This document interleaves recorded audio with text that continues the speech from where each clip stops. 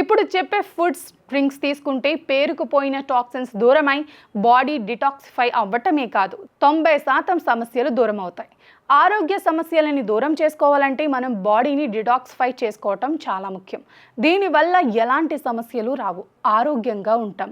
దీనికోసం ఏం చేయాలో ఇప్పుడు తెలుసుకుందాం. బాడీ డిటాక్స్ చేయడం అనేది ఆరోగ్య సమస్యలని దూరం చేసుకోవడానికి చాలా ముఖ్యం. డిటాక్స్ అంటే బాడీలోని టాక్సిన్స్ని బయటకు పంపించి లోపల నుండి బాడీని సరిచేయటం.